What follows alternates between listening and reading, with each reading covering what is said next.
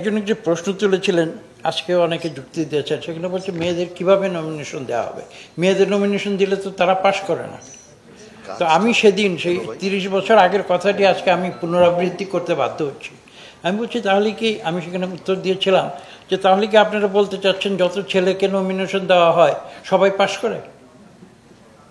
তো কাজে নমিনেশন দেওয়ার পরে কেউ পাশ করবে কেউ ফেল করবে সেটা যার যার এলাকা, যোগ্যতা, পপুলারিটি অনেক কিছুর উপরে নির্ভর করে।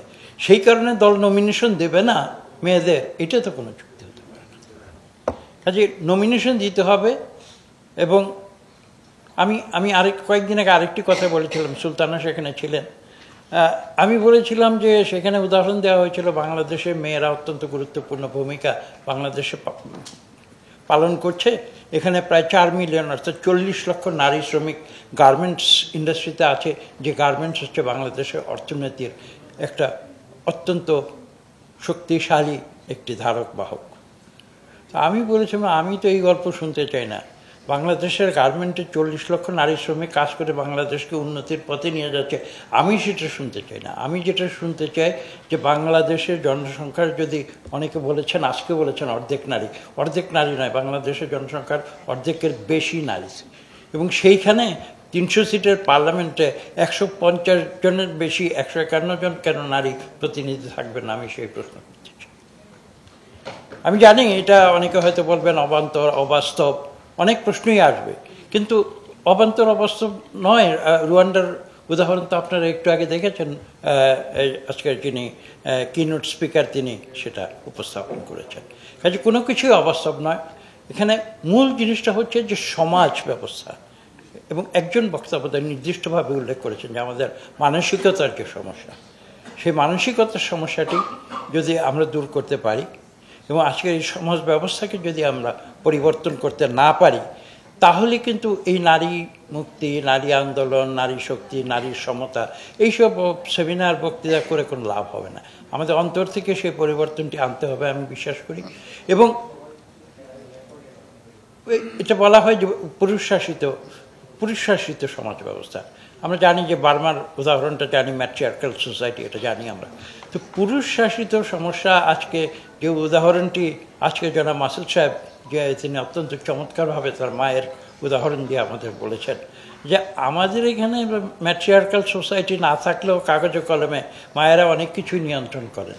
যারা পর্দার অন্তরালে নিয়ন্ত্রণ করেন তারা আজকে পর্দার বাইরে এসে কেন নিয়ন্ত্রণ করতে পারবেন না? এটা কোনো যুক্তির কথা নয়, তারা অবশ্যই পারবেন। কিন্তু আমরা গায়ের জোরে, আমি এই শব্দটি ব্যবহার করছি, আমরা গায়ের জোরে কিন্তু মেয়েদের বঞ্চিত করে রেখেছি, এই সত্যটি স্বীকার করতে হবে। এবং আমি বক্তব্য দীর্ঘ করব না, আমি শেষ করে দিচ্ছি। সর্বশেষ এটুকু বলবো যে বিভিন্ন পদ্ধতির কথা আলোচিত হয়েছে। এখন কোনোটাই কিন্তু ফুল প্রুফ নয়, কোনোটাই না কোনো ডিফেক্ট আছে। আমাদের মূল যে সিদ্ধান্ত নিতে হবে, আমি মনে করি 2026 সালের ফেব্রুয়ারিতে যে আগামী যে নির্বাচনটি আছে, আমাদের সব রাজনৈতিক দলগুলোর একটা সচেতন সিদ্ধান্ত নিতে হবে। আমি এটা বিশ্বাস করি যে আমরা যত বেশি সংখ্যক নারী প্রার্থী দিতে পারি, আমার মনে হয় সেই সিদ্ধান্ত নিতে হবে।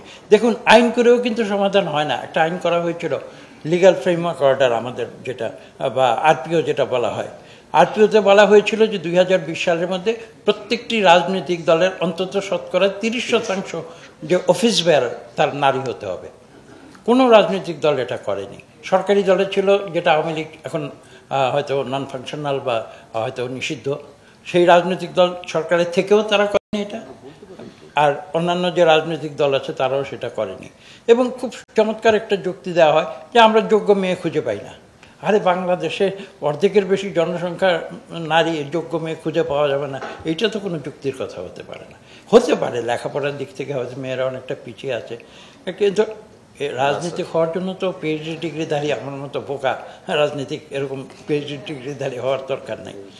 গ্রামে অনেক শক্তিশালী নারীরা রয়েছেন যারা নিজের অধিকারের কথা বলে থাকেন, কিন্তু বড় জিনিস হচ্ছে যে সেই সুযোগটা থেকে এই পুরুষ শাসিত সমাজ জোর করে নারীদের বঞ্চিত করে রেখেছে।